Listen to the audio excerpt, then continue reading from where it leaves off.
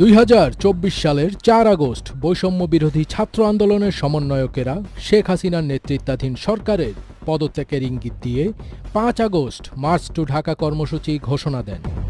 এদিন শিক্ষার্থীদের সর্বাত্মক অসহযোগ আন্দোলনে সারা দেশে কমপক্ষে 93 জন নিহত হন। শেখ হাসিনা সরকারের পদত্যাগের এক দফা দাবিতে বৈষম্য বিরোধী ছাত্র আন্দোলনের সমন্বয়করা প্রথমে 6 আগস্ট মার্চ টু ঢাকা কর্মসূচি ঘোষণা করেছিলেন।